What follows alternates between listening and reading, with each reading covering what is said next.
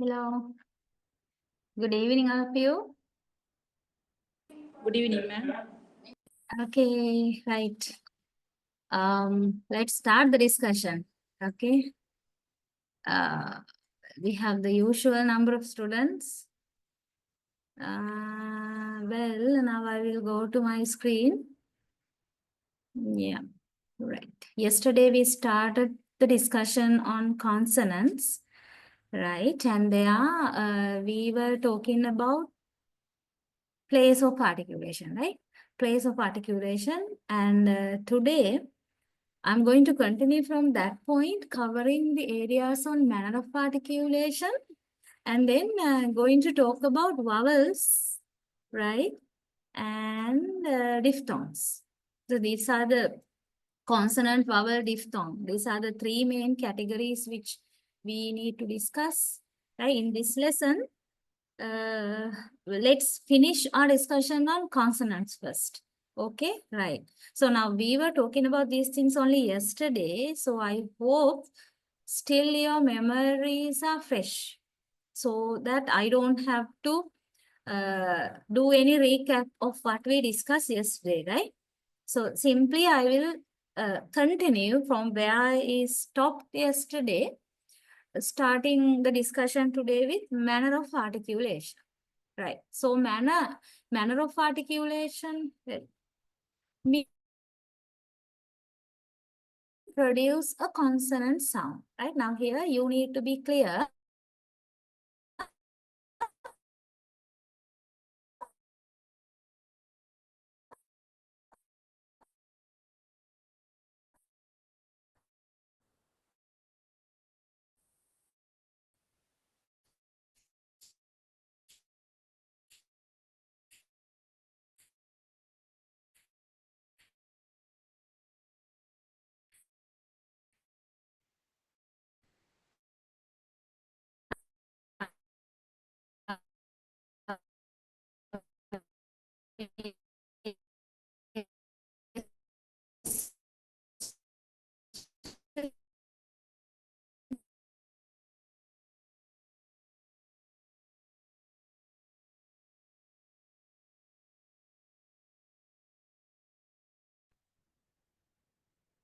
I'm sorry, I dropped.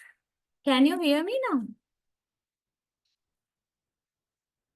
Yes, madam. Yeah. I'm checking my internet connection. I don't know whether there's a problem there. Right. Okay. We'll start the work. Wait, I have to share the screen again. Yeah.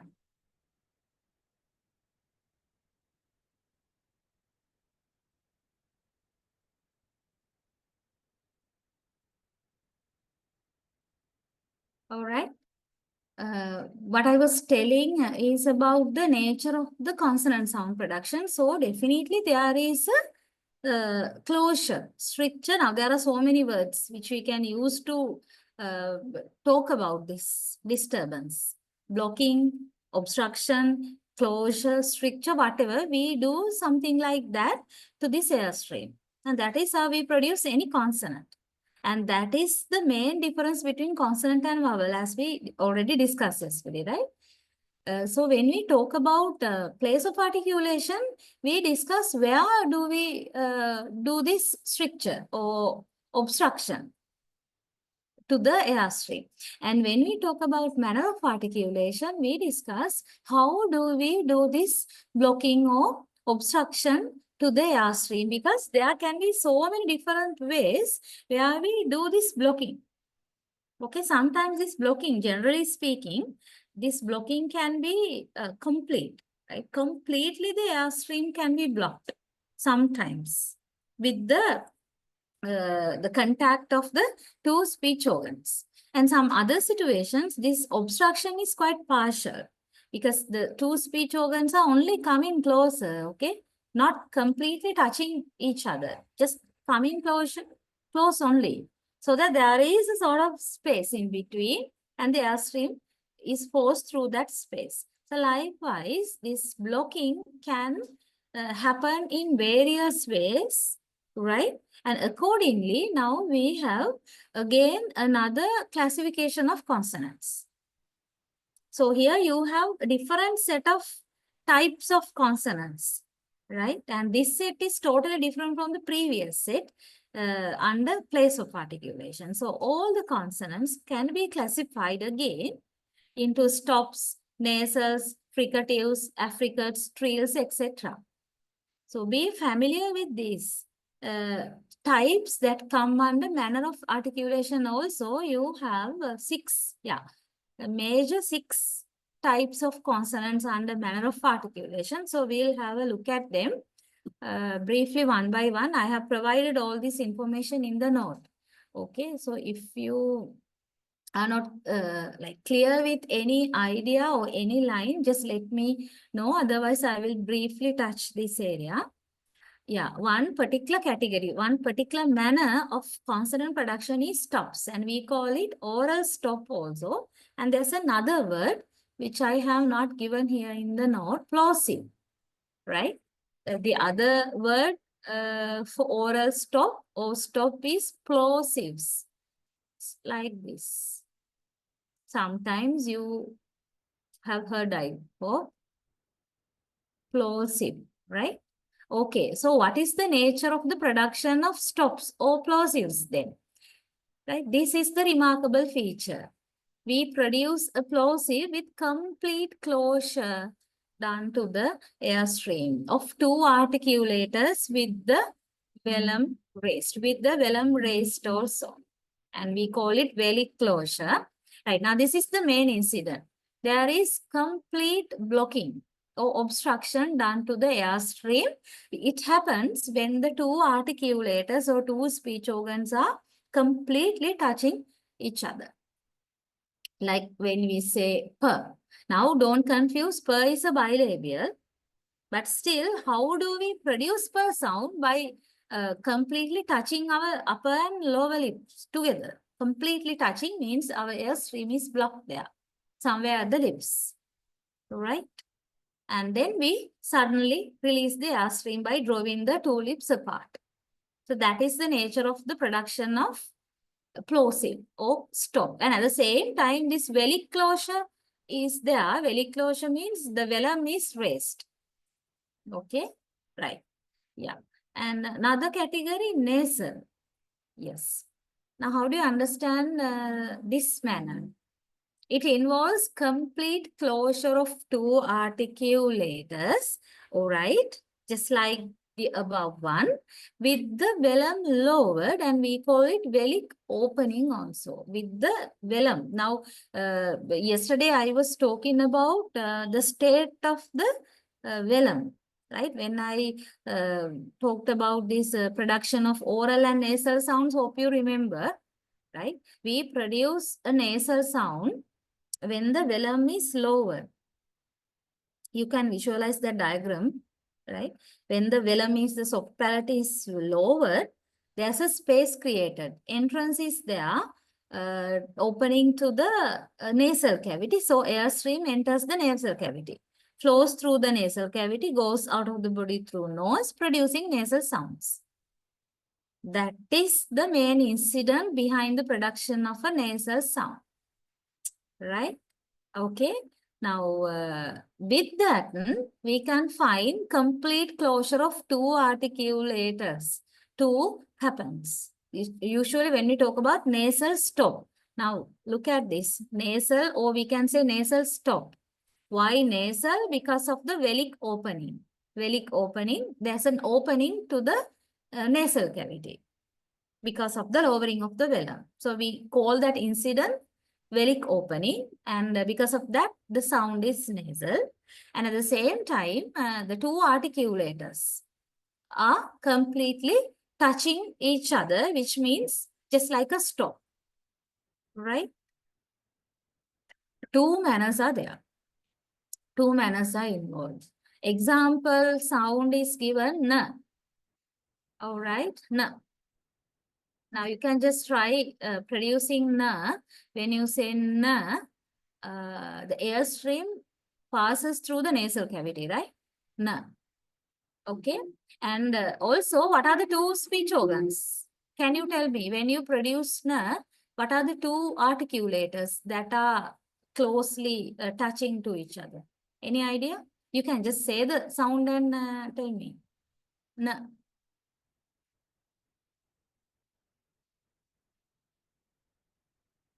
Yeah.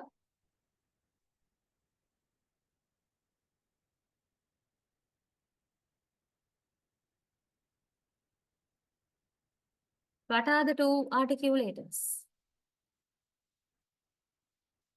I can't remember now. Na, the tip of the tongue is one articulator. The other articulator, where does this touch? Yeah. Alveolar. Alveolar ridge, yes. Tip of the tongue rises and touches the alveolar ridge, and according to the place of articulation, na is an alveolar sound, which means the tip of the tongue touches the alveolar ridge, and it completely touches the alveolar ridge. That's the point here, okay? That's the point. The tip of the tongue, alveolar ridge, both are touching each other. Na, na. There's no space in between. I think it's clear to you.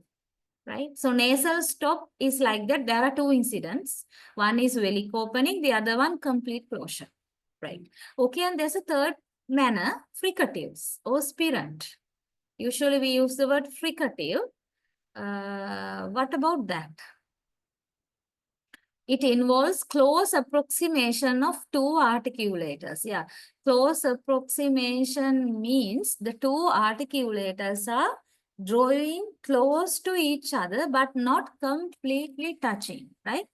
The two articulators are not completely touching. They are just drawing close to each other. And what does happen as a result? The airstream is not fully blocked. It is partially obstructed, leaving a small space in between the two articulators. Then what happens is that this airflow is forced through this space. Somehow it should go out of the body when we produce sounds. So there's a narrow space in between the two articulators. Then the airstream is forced through this space, producing a kind of hissing sound. In phonetics, we call it friction. And that is why you have the name fricative, because fricatives are producing frictions, right? Like shh, that kind of sound, hissing sound or rubbing sound. Any sort of sound we can put under the category of fricatives. All right. Well, now you have an example, sir. But there are so many other fricatives, okay? Not only sir. Can you please write down some more fricatives, fricative consonants? One sound only is there. Sir, that's clear. There's a clear friction. Other than that, what else can you identify as fricatives?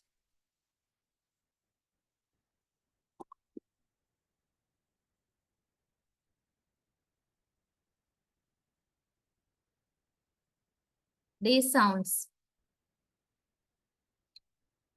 Z and sh,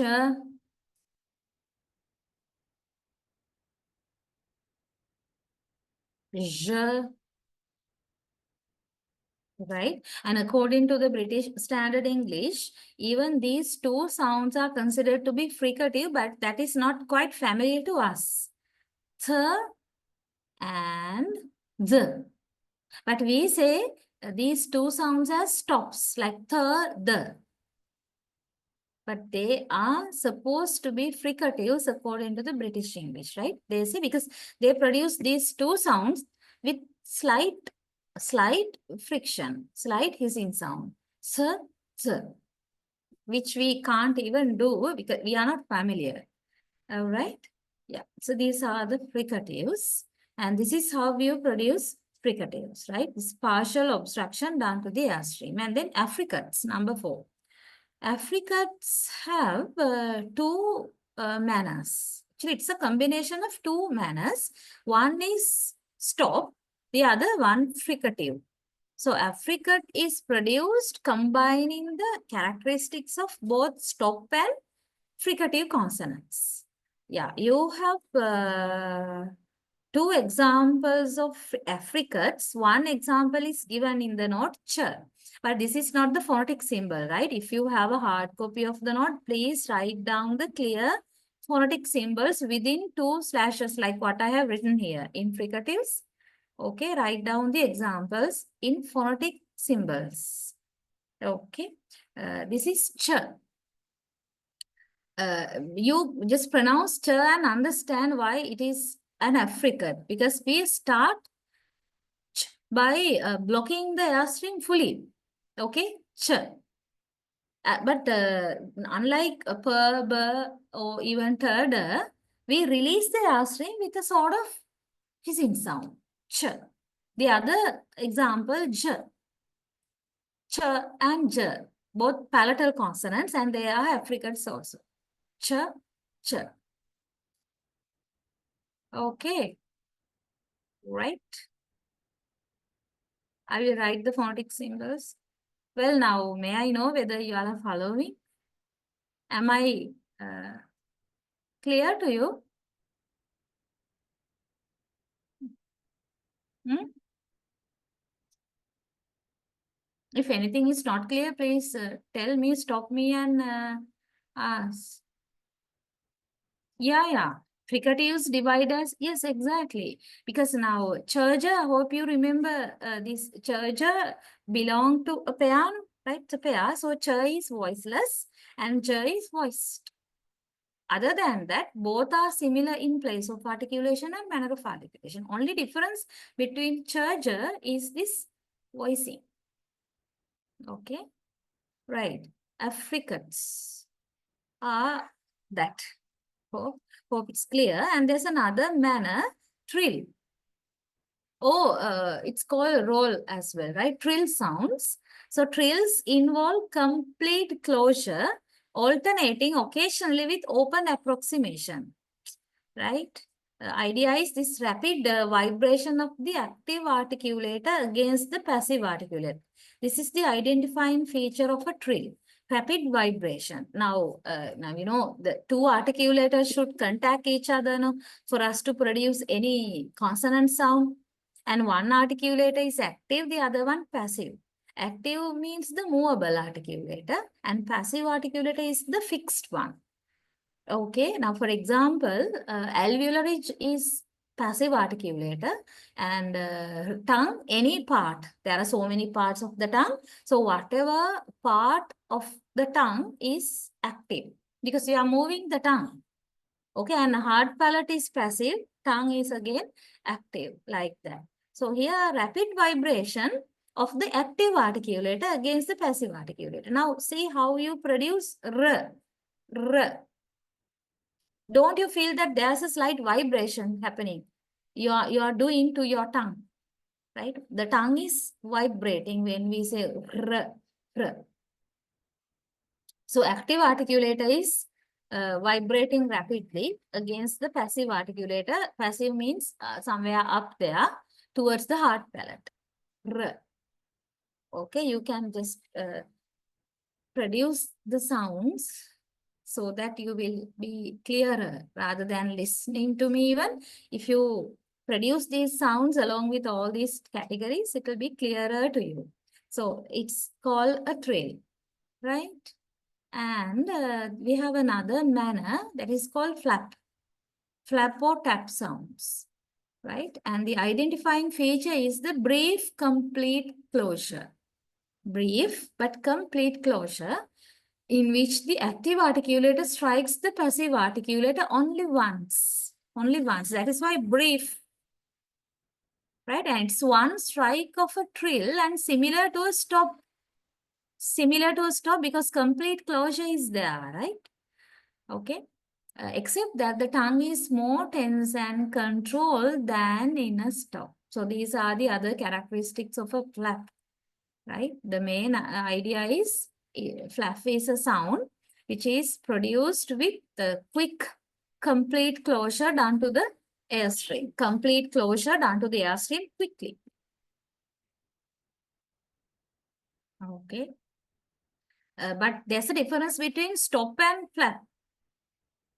Especially talking about tongue, right? Tongue is more tense and controlled than in a stop. Okay, one example, n. N is considered to be a flap, right? Quickly we produce, the n is an alveolar sound, and it can be basically categorized under flap category, considering manner of articulation. So we make quick, complete closure, right, to the airstream. It's not lasting long, right? Like per, b, m, n. We don't say no, right? N. Okay, right. And then number 7 and the last one, approximant. And when we talk about approximant, there are subcategories, right? 3 subcategories: lateral, retroflex, and glide. What do you understand by the word approximant? There what happens? One articulator approaches another articulator, but not to the extent that a turbulent airstream is produced. Okay, one articulator is approaching, right? Coming closer to another articulator, approximate. You know what? Approaching, right? Coming closer. And there's usually open approximation in the 3 different types of approximants. See, we'll see lateral and retroflex and glide. See the nature of the production of these 3. Lateral means lateral, there's only one example for lateral, that is L, the sound L here. How do we produce L?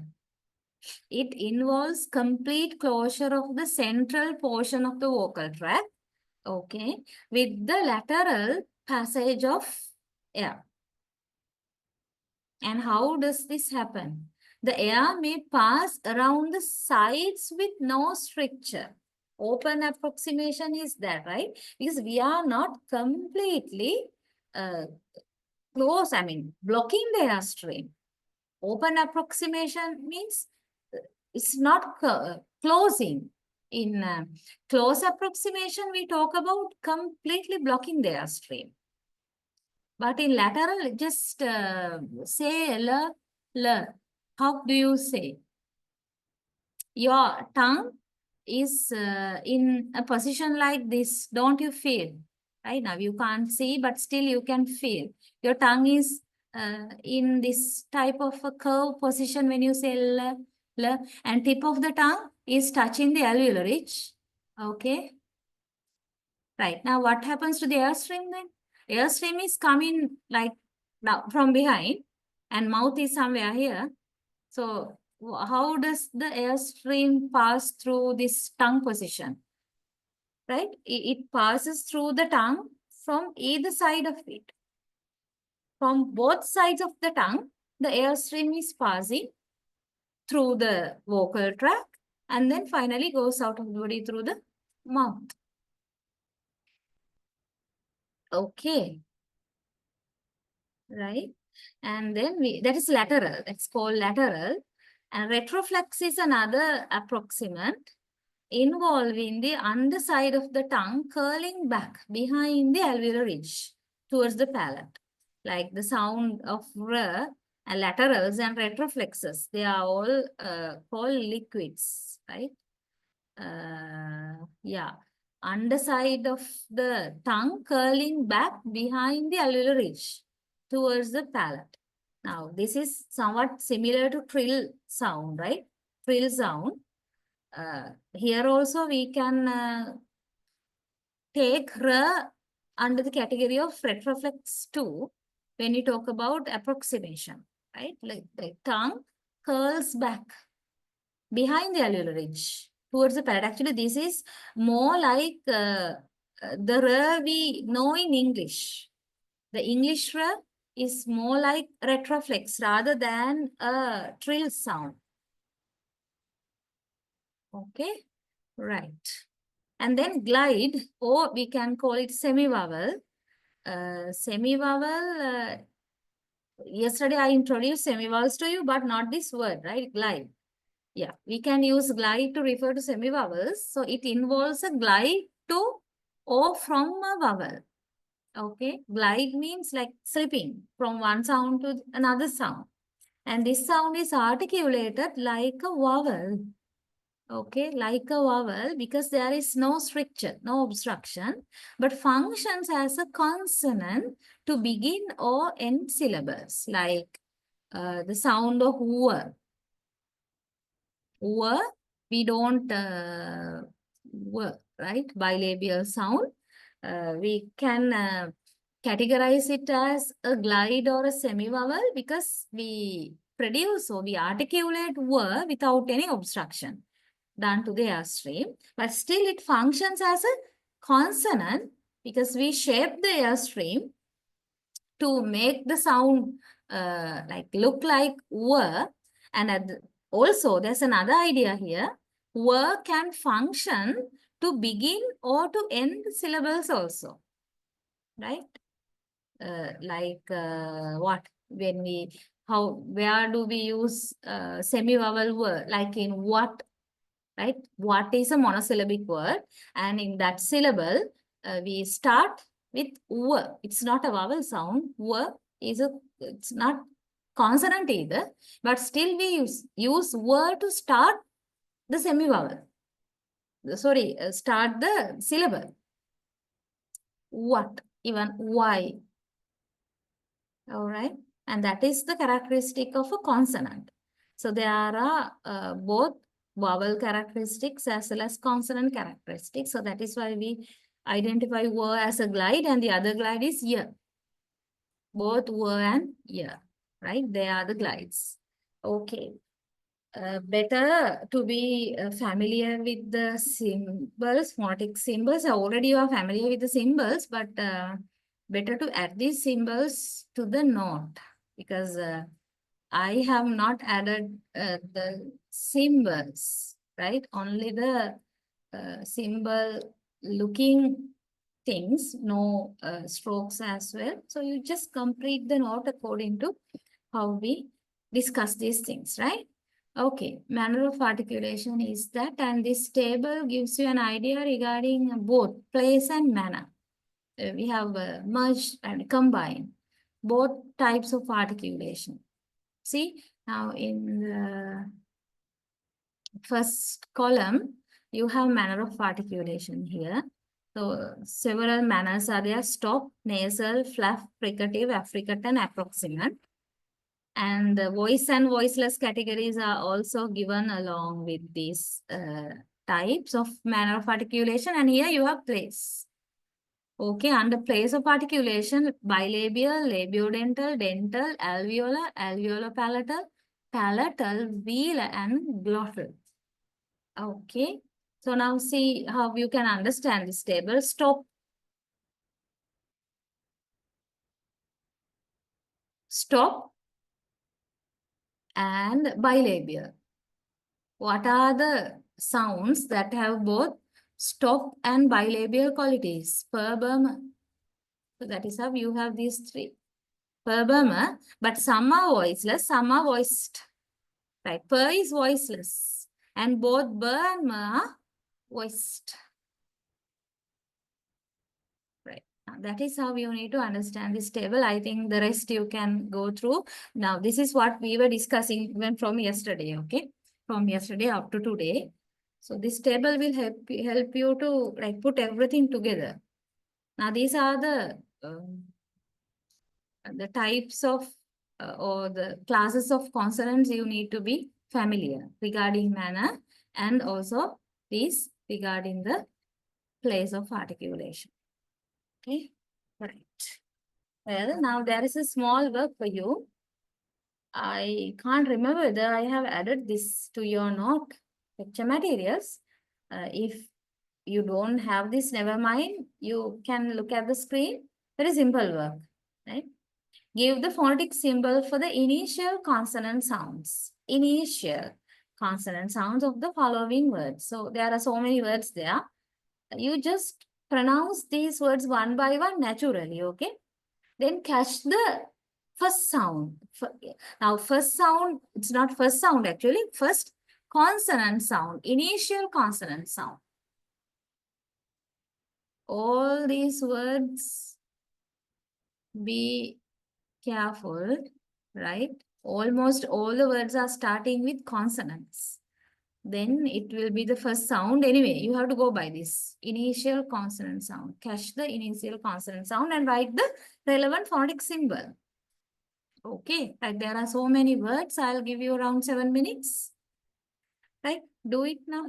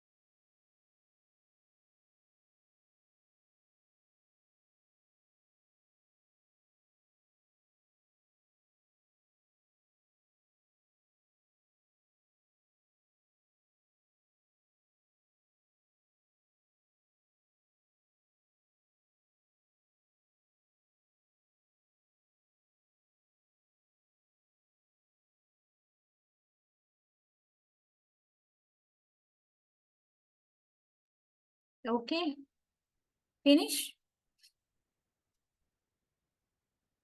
Are you still doing the work?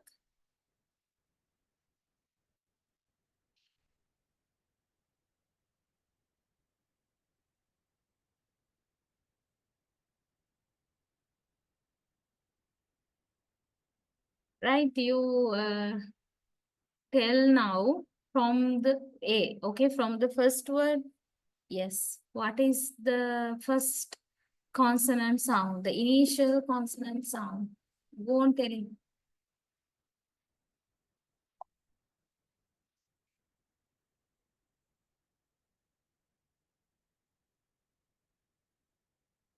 Or you still want some more time?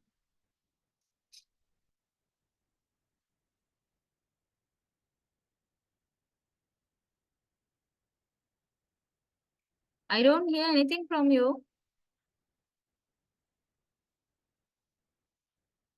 Just a second, ma'am. Ah, okay. Right.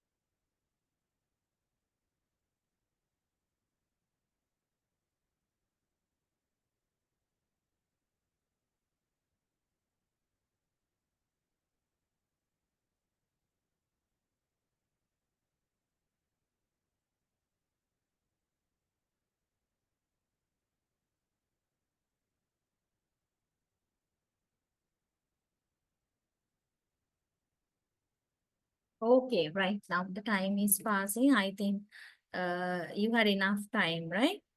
Okay. First sound.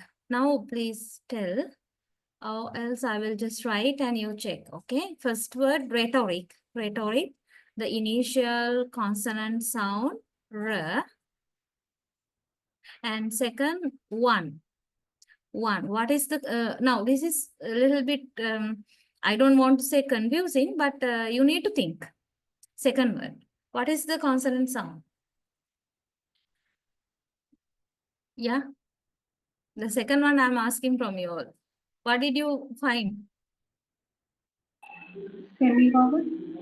Yes, exactly, right? There's a semi-vowel. One, the word is one.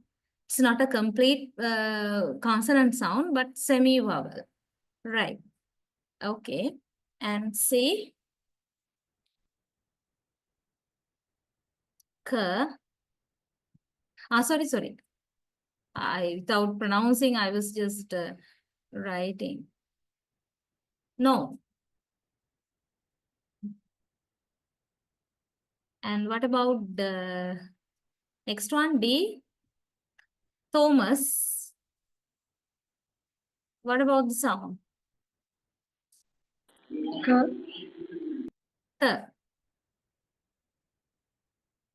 And E. Sure. That is sh. Right. And F. Cereal. Cereal. That is s. Jaguar. J. First sound ch. Right. And then H. We say unity. Unity. Here, this is also like the second word, right? Y, which is a semi-vowel. All right. Semi-vowel. Y, unity. And pheasant. Pheasant. It is fur. And team. The. Right. Next word, how do you pronounce? P-S-A-L-M. Psalm. Right? Per is silent, which means the initial consonant is s. And then chorus. Initial consonant is k. Chest.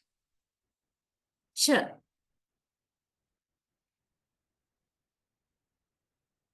And N, charrette, which means sh. Well, the next one, shave. Again, sh. Right. P, nut. G is silent. So the initial consonant is n. Right. And Q, wrong. Wrong. R is the initial consonant. And next one, 0, z. The next one, ghost. Ghost, g. And the last one, science, s. All right. Actually, I wanted you to switch on your mics and tell me, but it takes long time. So that's why I was writing them so that you can check now. Okay, check. Or else you can take a photo or screenshot and you can just use it for further reference when you are checking your answers. All right. Well, now I will move on to, okay, vowel sounds, right? Yeah. Now, so far I was discussing consonants and it took somewhat a long time actually, right? But now the thing is still I didn't discuss everything about consonants, but some most important areas, especially talking about place and manner, giving more emphasis on place and manner. Well, and now we'll move on to the vowel sound discussion. And there are some important areas that require your attention, right? Yeah. Vowel sounds, you have an introductory part there in the note. You will find this, right? Okay, let's say whether we can get some important points here. Vowels, yeah, they are sounds articulated with no obstruction of the air stream, right? This is the most important feature you need to talk about the vowel production, right? No obstruction done to the air stream, which means we say open articulation compared to consonants that have close articulation, right? Open articulation. The vocal tract is open. It doesn't close anywhere with the contact of speech organs. And the airstream lacks central closure, though the tongue may come into contact with the teeth on the sides, right? Okay, when we produce vowels, you now clearly know there is no closure there, but still tongue is moving. Sometimes when we produce some vowels, the tongue is at a high position. Sometimes the tongue is at a low position. And in some other situations, the tongue can move and contact with some other speech organs. Yeah, the tongue is a very active organ here when we talk about vowel sound production, right? And vowels are sounds that vary in pitch. There's another side of vowel production, which is determined by the quality of the sound wave, right? They vary. We're talking about the pitch level, and pitch is modified by change in the shape of the resonating chamber, like the oral and sometimes nasal tracts. You know about pitch. Pitch is the voice level, and there are three main voice levels, no, low pitch, high pitch, as well as medium pitch level, right? Then when we talk about vowel sounds, we can't say all the vowels have the same pitch level. That's a variety, right? Different vowels have different pitch levels. And these pitch differences are created by these the oral and nasal tracts vibrations, resonations that happen. Resonation is another word for the vibrations, right? So in the oral cavity, there are vibrations taking place. Even in the nasal tract, there are vibrations, mostly in the oral tract. So due to these vibrations, the pitch vary. Okay, and therefore we can find vowels having different pitch levels. Not all the vowels in the same, either high or low, right? Different pitch levels by change in the position and shape of the tongue and lips, and by lowering and raising the velum. Yeah, these vibrations or resonations in the oral and nasal tracts are created by these incidents, right? This tongue and lips, tongue is moving like it's very actively, the tongue is moving now, and even the lips are also moving. So these movements make some vibrations. And also when you talk about this lowering and raising of the velum, the soft palate, that also causes some vibrations to the airstream. And these vibrations cause different pitch levels, and vowels vary in pitch. But that is the brief idea here given in this part. And in functional terms, vowels constitute the nucleus or necessary part of the syllable. Right now, when you talk about syllables, elsewhere I think we are going to talk about this later. But simply here, for you to understand, in a syllable, did I talk about syllable yesterday? I think yes, right? Yeah. So I told you compulsorily there has to be a vowel in a syllable, either with or without consonants. Existing of the consonant is not that important, but vowels should be there. So we say vowels constitute the nucleus. Nucleus means the necessary, compulsory element in a syllable. Without a vowel, normally we don't have syllables. There is a rare exception, but usually we say vowel should be there. So it forms the nucleus or the central part of the syllable. right? So functionally, vowels are important in that regard.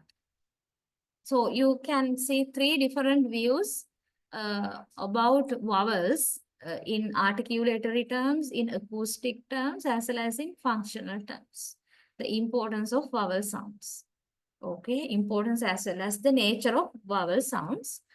Now we have this idea, now talking about classifications. Now earlier we were talking about consonant classification, and there it was quite easy because we can easily classify consonants because we can clearly find out where do we produce consonants and how do we produce consonant inside the oral tract or even nasal tract. Place and manners of the consonants are comparatively clearer to us. But the problem is, in vowel sounds, we don't find that clarity. Okay. Vowel sounds are not clearly different from each other, just like consonants are. Vowels are articulated not by putting the articulators into discrete configurations, okay, but by shaping the tongue in the mouth. Right? Yeah. Putting the articulators into discrete configurations means like we don't see in vowel productions, two articulators are coming closer or making contact each other tightly. And clearly we can see the tip of the tongue rises and touches the alveolar ridge or hard palate or upper teeth likewise. These are very clear talking about the consonants. But here in vowel production, we make changes to vowel sounds, right? Only by shaping the tongue. Only by changing the tongue position and the shape of the tongue. Inside the mouth, sometimes we use lips also along with the tongue, but very slight differences are there, right? Talking about the vowel production. So therefore, there are theoretically infinite different vowel sounds and forming a continuum with no distinct boundaries here. No distinct or different boundaries among the different vowels. It's really difficult. And there's significant regional and individual variation in the inventory of vowel sounds. Phonologically different dialects of English are distinguished primarily by their inventory of vowels, while the inventory of consonants is quite consistent across dialects. What about that idea? This is another difference between consonants and vowels. Phonologically different dialects of English are distinguished primarily by their inventory of vowels, which means from dialect to dialect, these vowels may change. But talking about consonants, inventory of consonants is quite consistent across dialects, especially talking about the dialects of the English language, right? Vowels change when you consider one dialect compared to another dialect, but consonants normally do not change, right? That's the idea there. Yeah. Now, what about this part? Yeah, we can produce acceptable vowel sounds without the full complement of articulatory gestures. Example, while our teeth clenched or without the required lip rounding. Okay. Without articulatory gestures, still we can produce some vowel sounds like you don't sometimes feel or you don't do any contact. You don't make any contact between two speech organs seemingly, but still you can produce vowels, right? And differences in length combined with differences in quality in distinguishing vowels. But it's not always easy to separate these differences. You know, there is a whole lot to talk about the nature of vowel sounds. And I don't want simply to read these lines and waste your time because still you can read these lines. And I will take time to explain additional things or further to refer to these points that are made in these lines. Okay, right. So in all these points, basically you get the idea. You have to get the idea that vowel sound production is not as clear as the consonant sound production due to so many reasons as given in these points. So it's quite difficult for us to catch how a particular vowel is produced, but still there are ways and means, right? Still there are ways and means. Yeah. And in some respects, vowels are easier to classify than consonants. So we have that idea as well. For consonants, we must consider 4 criteria, right? Like voicing, nasality and orality, place and manner. But talking about vowels, we have only one criteria, that is place of articulation. So that is one good idea, right? One positive point.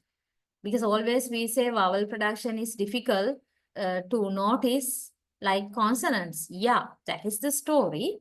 But still, when we talk about a consonant, there is a lot for us to consider. Like you can see these 4 criteria are there. Okay, we have to see whether a particular vowel is voiced or voiceless, whether it is nasal or oral, and what is the particular type of that consonant according to place of articulation and manner of articulation, like that. There's a lot for us to consider. But talking about vowels, only the place of articulation. So if we are clear with the place of articulation of a given vowel, that's all, easily, because all the vowels are voiced and oral. So there are no classifications of vowels into oral or nasal, voice or voiceless. All vowels are voiced and all vowels are oral. Unless you make any vowel nasal by purpose. All vowels are oral. English does not regularly use voiceless or nasalized vowels. Talking about the English language, yeah, we don't have. Also, in terms of their manner of articulation, all vowels are produced with open approximation. So there is again no change, right? There are no changes. All vowels are produced with open approximation, which means, as earlier also I told, the vocal tract is open, the air stream doesn't face any disturbance. Okay, right. So you need to pay your attention to the place of articulation only, talking about vowel production. Right. So then this tongue is playing a very big role, I earlier also told. It's very influential role, right? Without tongue, we can't produce any vowel at all, you know? Yeah. So what about the role of the tongue then? Yeah, the tongue is convex with the front and back humped and the tip hanging down. Okay, so that's the normal position of the tongue. And the high point is measured on 2 axes, horizontal of front back axis and a vertical or high-low axis. Yeah, anyway, you be familiar with the physical structure and the location of the tongue here. But how do you relate this tongue to vowel production?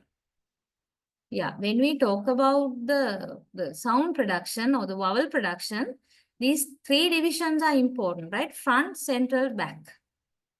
Front of the tongue, central part of the tongue, and back part of the tongue. Don't confuse this classification with the parts of the tongue we discussed under consonant production.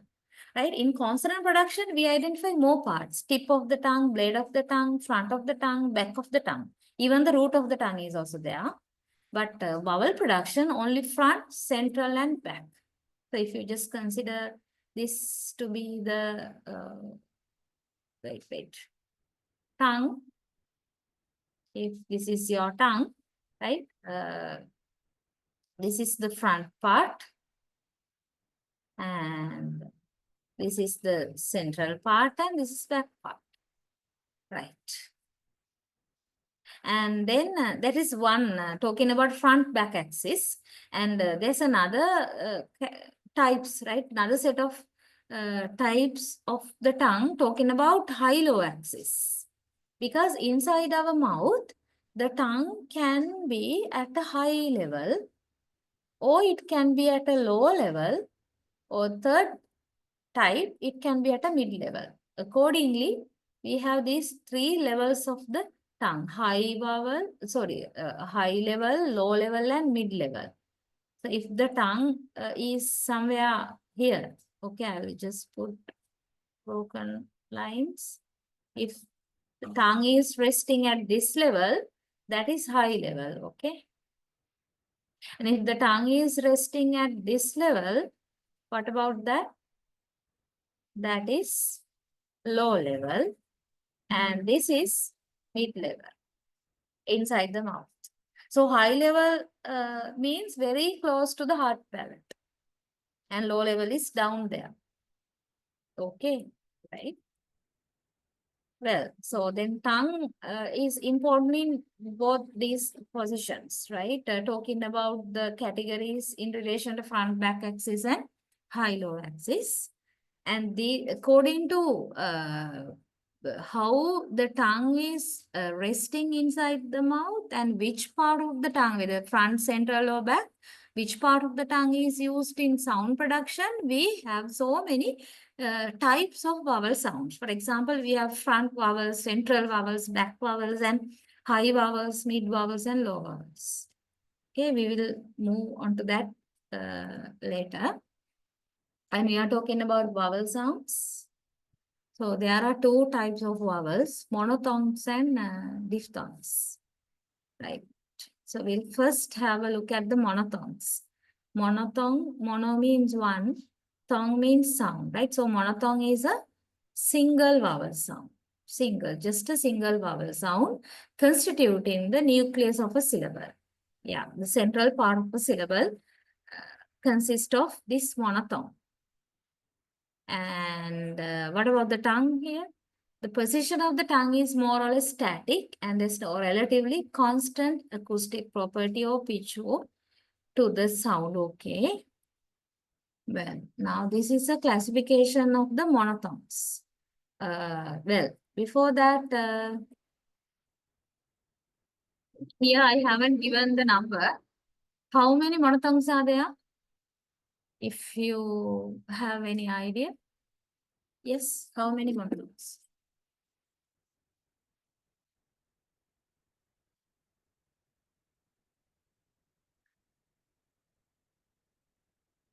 Hmm.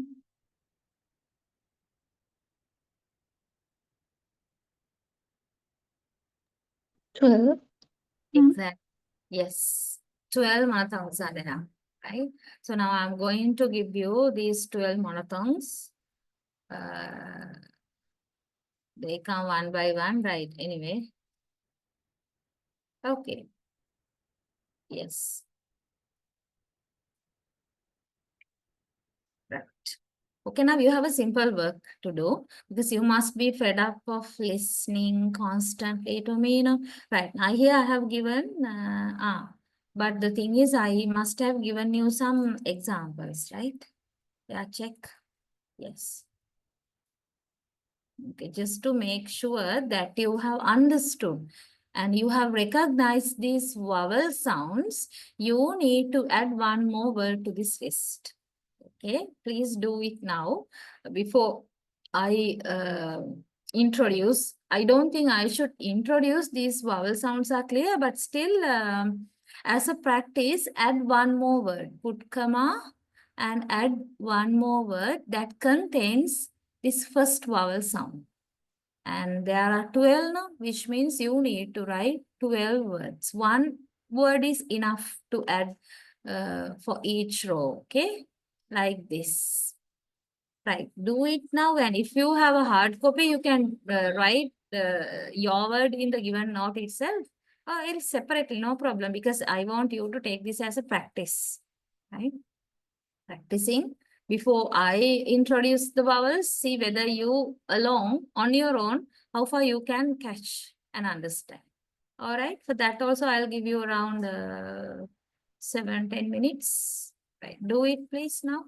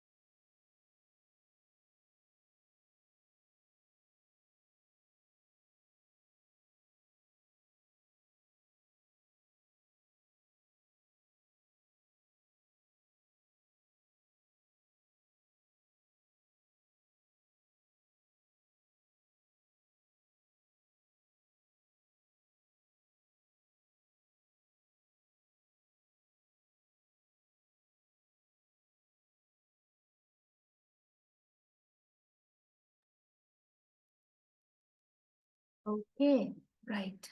Hope you are done with the work. Right now, please check the words. The first vowel sound is clear. That is short E sound, like when you say E, rib, women, city, E sound. And second one, E. Right now, usually we have this classification of monophthongs into tens and lax. Right, two types, tense vowels and lax vowels. Lax vowels refer to short vowels, whereas tense vowel refer to long vowels, where we drag, right, tense and lax. So E is a lax vowel, E tense vowel. Then the third one, A, like when you say a, bet, said, head, okay? And check with your word also. See whether you have used the correct vowel, correct monophthong in your word.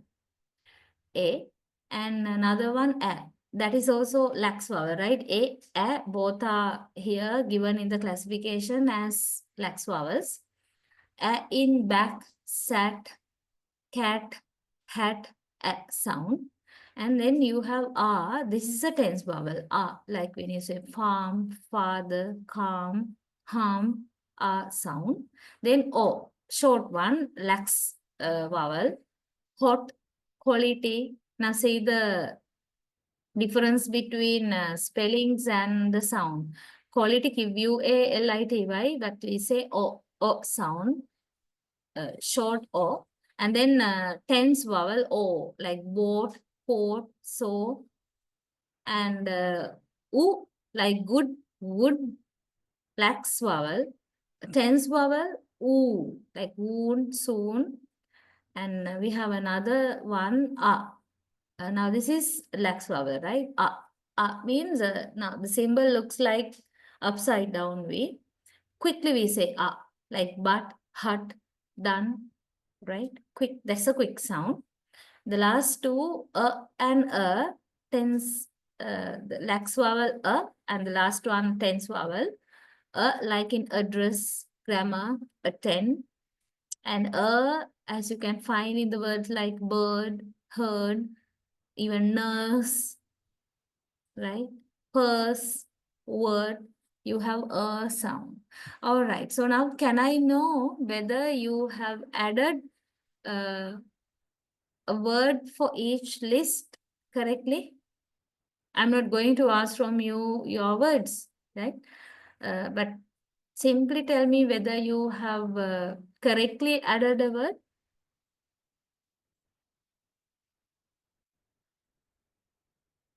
After the discussion, you must be clear whether your word is containing the relevant vowel sound or not. No? Yes or no? Yes, ma'am. Right. Okay, fine. Others? If you have any doubt or any vowel which is not clear, now you can ask, right? Okay, then let's move on to the next discussion. Now, we can't leave out cardinal vowel diagram whenever we talk about vowel sounds. Okay, because this cardinal vowel diagram gives you so many types of vowels. Actually, it includes several classifications of vowels. Here, naturally, this is an image I have taken. Wait, yeah. I will briefly explain the cardinal vowel diagram, and according to this, you have the following phonetic features of vowels. Okay, there are phonetic features. Just wait. Wait. Now you have this part in your note. Okay. Uh, 1, 2, 3. The third one should also have a bullet point. The part of the tongue that is raised and the extent to which the tongue rises towards the palate. And third one, the position of the mouth. And fourth feature, kind of opening made at the lips. Right now, these four features are represented in the cardinal vowel diagram. This one. Okay. Right now, you need to understand this. Here, pay your attention to the vowels I am rounding. because there are there is a primary set as well as secondary set of vowels. But basically, we will consider the primary set. So you need to think about these vowels which I circle now.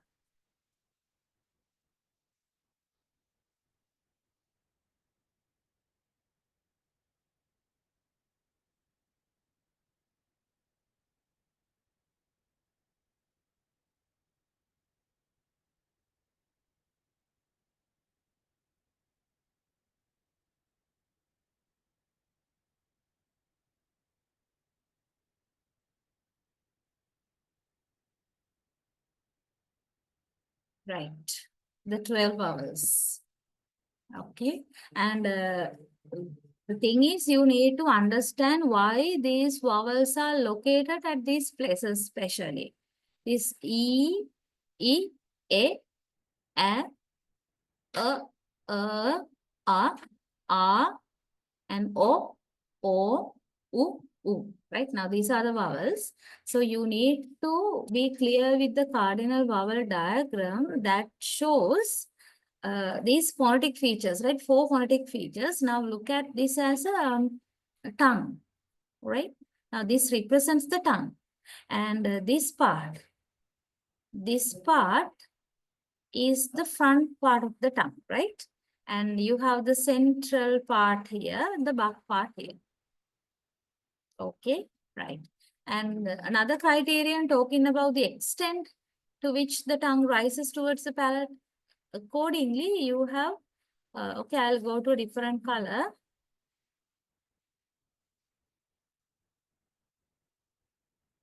Right. You have all the vowels that are located at this area are considered to be high vowels, and these vowels are low vowels, and the vowels in between in this region are called mid vowels, that are produced when the tongue is at a middle level of the mouth, right? Mid level. Okay. And there's another criterion talking about this position of the mouth and the opening, right? Position of the mouth, we say close and open. Close position and open position. So it also it tallies with the high and low levels of the tongue. You can find the close position here, right? It's inside the blue circle, and open position inside the blue circle here down there, right? And the middle positions are also there, right? Half closed and half open, both belonging to the middle part, right? And then the next criteria, lip opening, right? Lip opening, that I will go to a different color.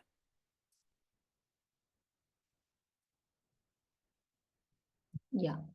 The lips are rounding. Actually, opening is in lips are rounding. Lip rounding we can find in this region only. Okay, the green circle. Green circle includes the vowels that require lip rounding in the production of these vowels. And these vowels, this second green circle includes vowels that do not require lip rounding position. Okay. By looking at the vowels, you can clearly understand now. For example, E, A, we never round the lips, no. But we compare to these vowels in producing O, we round the lips. So lip rounding. I hope you can, without confusing, you can find out these phonetic features and how they are represented in this cardinal vowel diagram. The thing is this, right? Now we can't remember all these features in our mind, right? We can't keep all these things.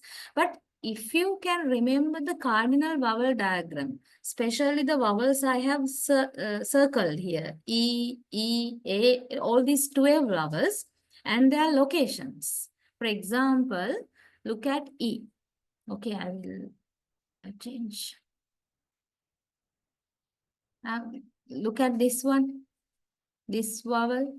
This is E, tense vowel, which we produce with a slight drag, right? So this is located at this corner. Located at this corner means what are the characteristics? E is a front vowel and it's a high vowel, mouth close vowel, and lips unround vowel.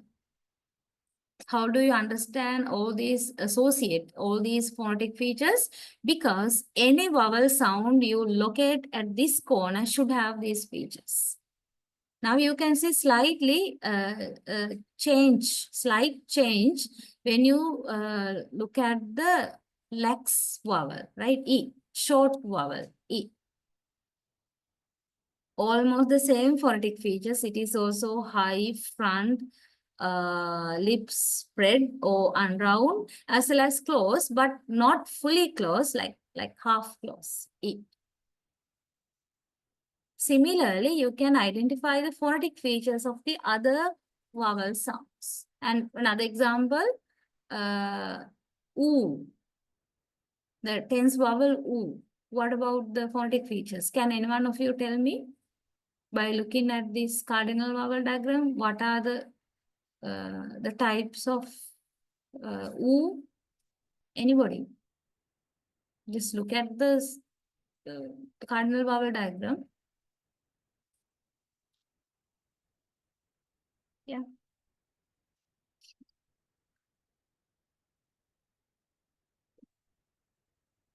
No idea.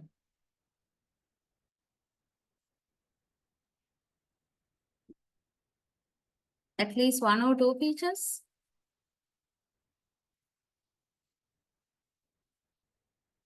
Oo, you can find. Oo is, yes, Gaini? Madam, back high Yes. and lip rounded. Yes.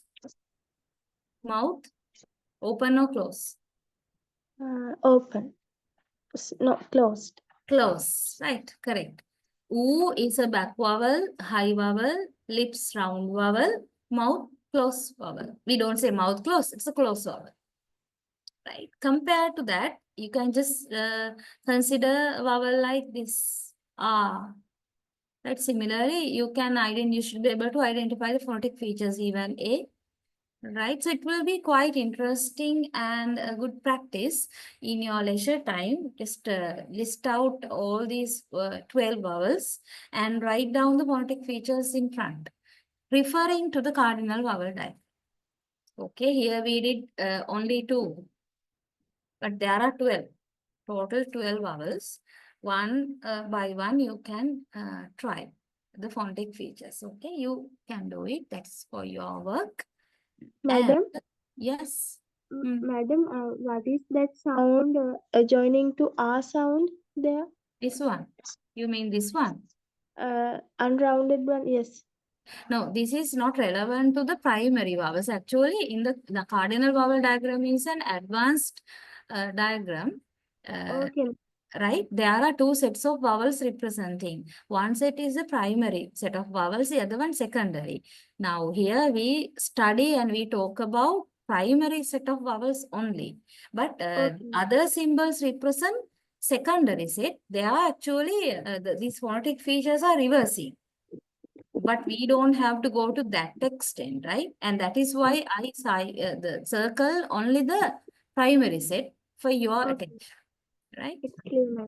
Okay, you don't have to consider about the other symbols here at this level. Okay, right, and you have this work again. A simple work, very simple work. These 4 phonetic features are given there along with blanks, right? Yeah. Blanks in the sense, now look at the screen. Yeah, the part of the tongue that is raised, that is one criterion now. And accordingly, you can classify the vowels into 3 types, front, central, and back vowels. And here I have given 3 vowels, right? 3 vowel sounds. What you need to do is to arrange them according to this order. What is the front vowel? Choose it from the list and write it first. And what is the central vowel? Choose it from the three vowels and write and back like that. So the same thing you need to do with the other criteria also. Second criterion, extent to which the tongue rises, that means the level of the tongue. Again, there are three types of vowels, high, mid, low. So find out which is high vowel, which is mid vowel, which is low vowel, and which is the closed vowel, which is the open. Now in the third list, there are four vowel sounds, right? Four vowels. So some are closed, some are open. And the last list, again four vowels, some are round, some are spread. So you need to choose from the list and like write them accordingly. Okay, just do it. It's very simple work. Do it now. You don't have to take a long time for that. I think around 5 minutes will be enough. Okay, right. Madam, can you share the previous slide? I should.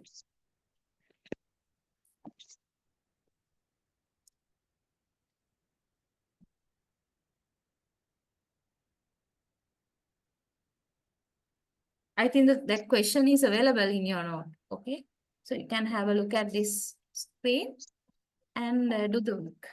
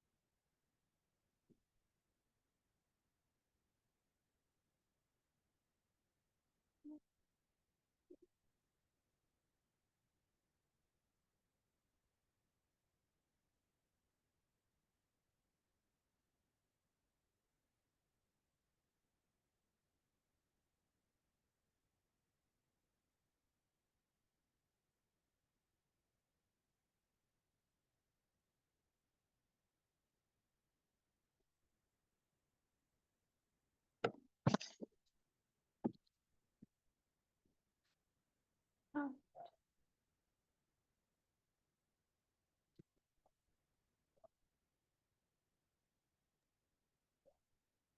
Finish. What about the others?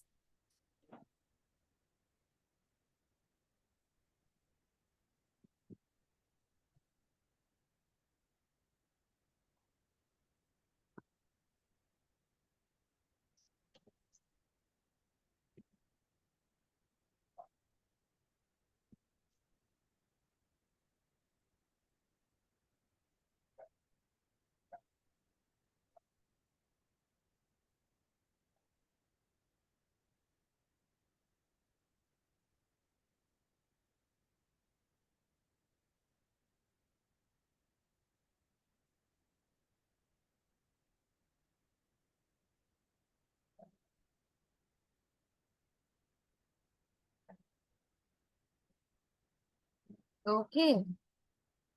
Shall we see? Shall I go to the answers? Okay. Okay.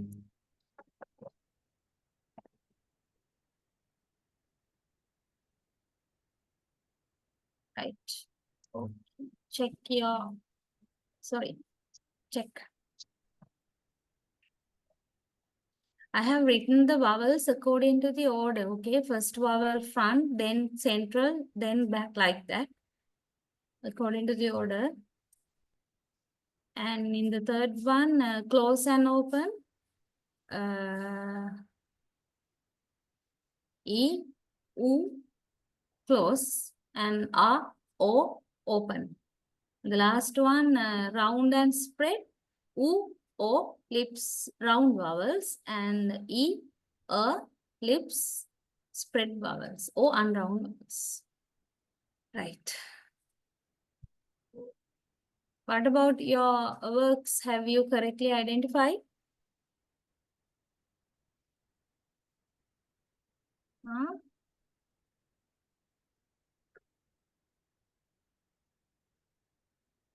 Right. Okay. Well, I don't have much time left, but still, I want to move on to the next topic as well because this is not a new topic. Still, we are talking about the vowels, right? Our discussion on vowels is not over because there are so many different types of vowels. Actually, so far, regarding the cardinal vowel diagram also, we were discussing different types of vowels. And you have some more categories here. Okay. The front vowels are produced, okay, just with the high point of the tongue in the palatal region. Now, by referring to the cardinal vowel diagrams, already you have an idea about what kind of vowels do we call high vowels or front vowels or back vowels like that, right? Now, the same things we are referring to this section also, but see, the front vowels of modern English are all unrounded in the high front area. Okay, now here we talk about the front vowels and they are all unrounded in the high front area. And again, there are two types, high front tense vowel and high front lax vowel. These actually, I do not want to go into the details because you can read the note along with the examples and can understand the nature of this particular category.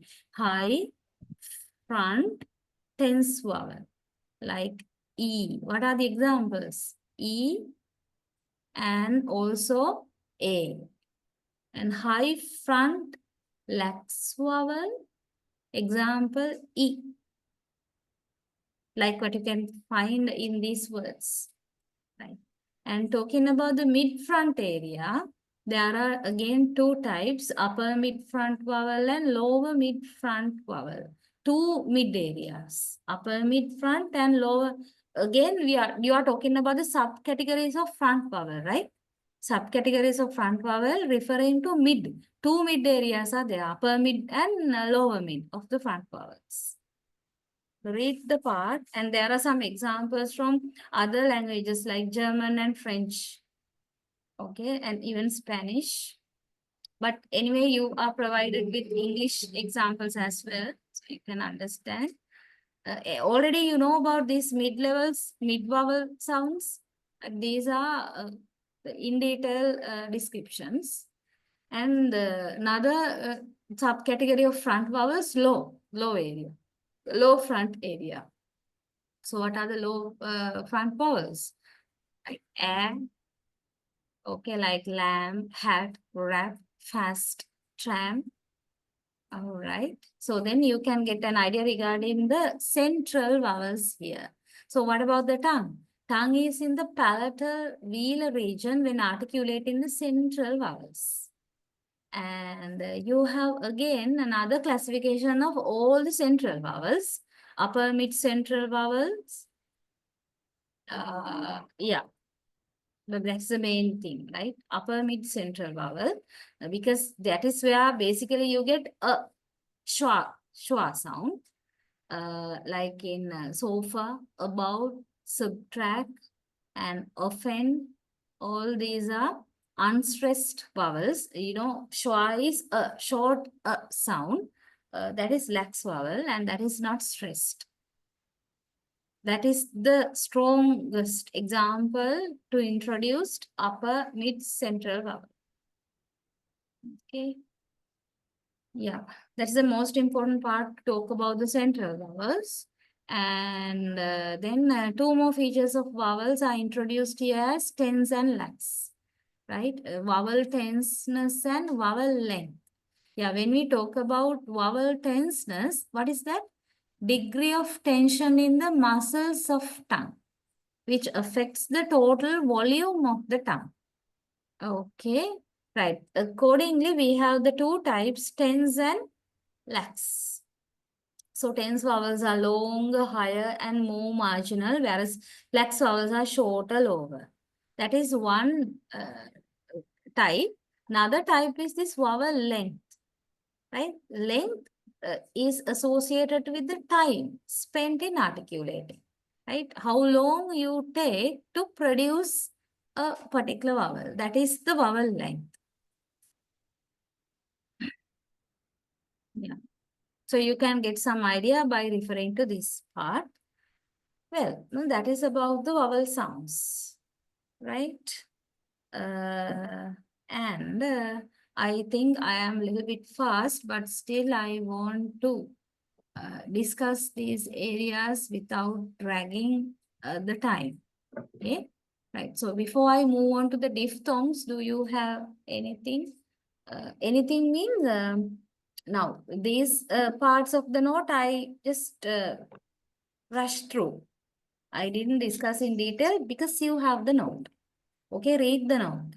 Don't think that the note is not important because you have come to the lecture.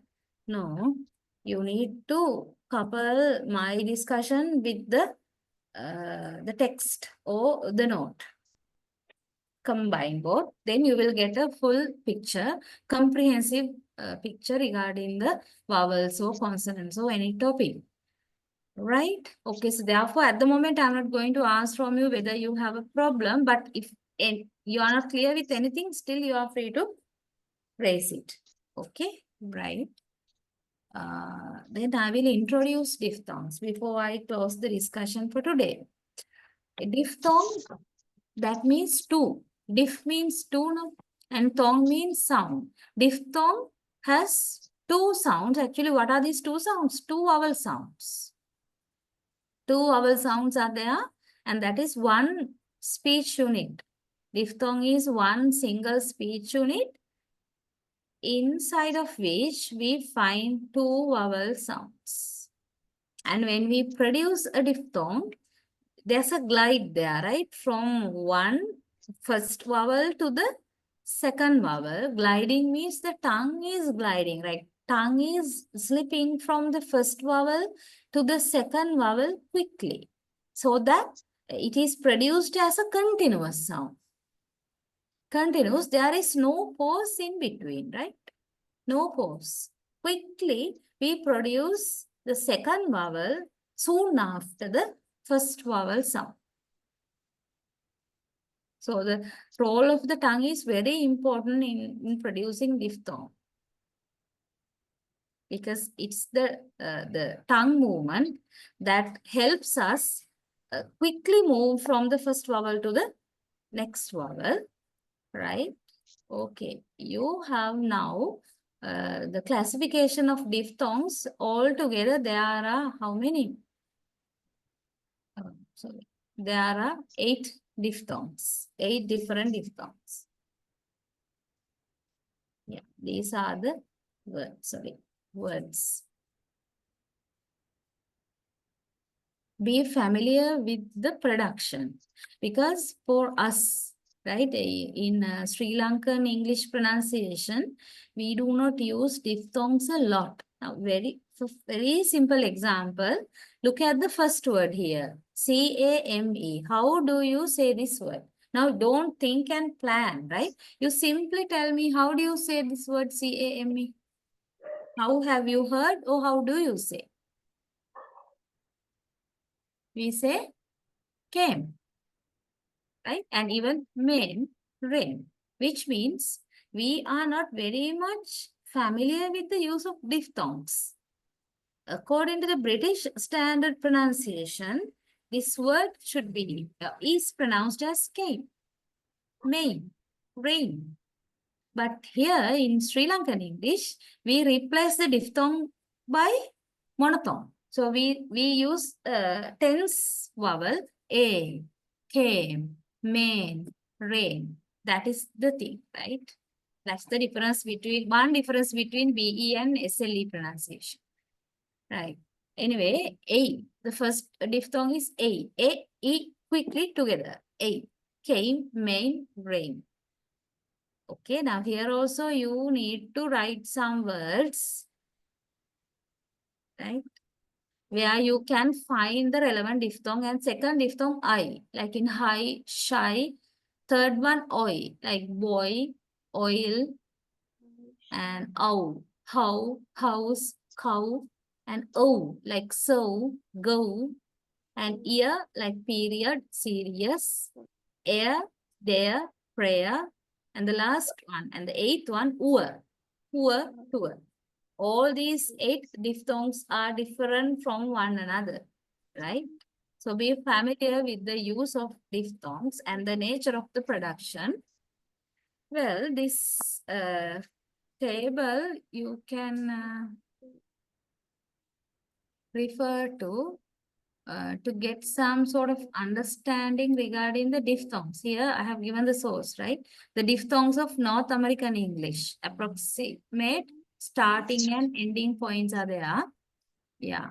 See, tense and lax vowels, front, central, back are the parts of the tongue. Okay, vertical axis, you have high, mid, low. So see how the tongue is gliding, right? Now first diphthong, we'll take first one, A. We'll take this one, A, from A to E now. So find out the direction of the tongue gliding from A to E. Here you can see the first diphthong A. The first vowel A belongs to a mid area. So it's a mid vowel. And the second vowel E is a high vowel. So the tongue is gliding from mid position to mid level to high level. A to E. You can see the direction of the arrow. A. Okay. So these arrows will give you an idea regarding the direction of the tongue gliding. Okay, from which area to which area. Similarly, you can understand the other arrows and the directions of the arrows using in relation to these other diphthongs. Okay, right. Refer to the table with the rest of the diphthongs, and that is up to you to do. I just showed the first one. Okay, with the help of that, you need to understand the table. Okay, right. So that's it. We don't have to talk a lot about diphthongs, but these things you need to be familiar. Remember the 8 diphthongs and the nature of tongue gliding. Okay, we are going to meet next weekend, I think, right? 18th. 18th we have. So we'll continue, right? We'll continue from this point. And we'll finish the lesson, this second lesson, during our next session. And I will move on to the coming topic as well, the next topic as well during our next session. All right. So put some work during your leisure time to understand the areas which we discussed today. And let's meet soon. Okay, right. Good Good night. night. Good afternoon. Thank you.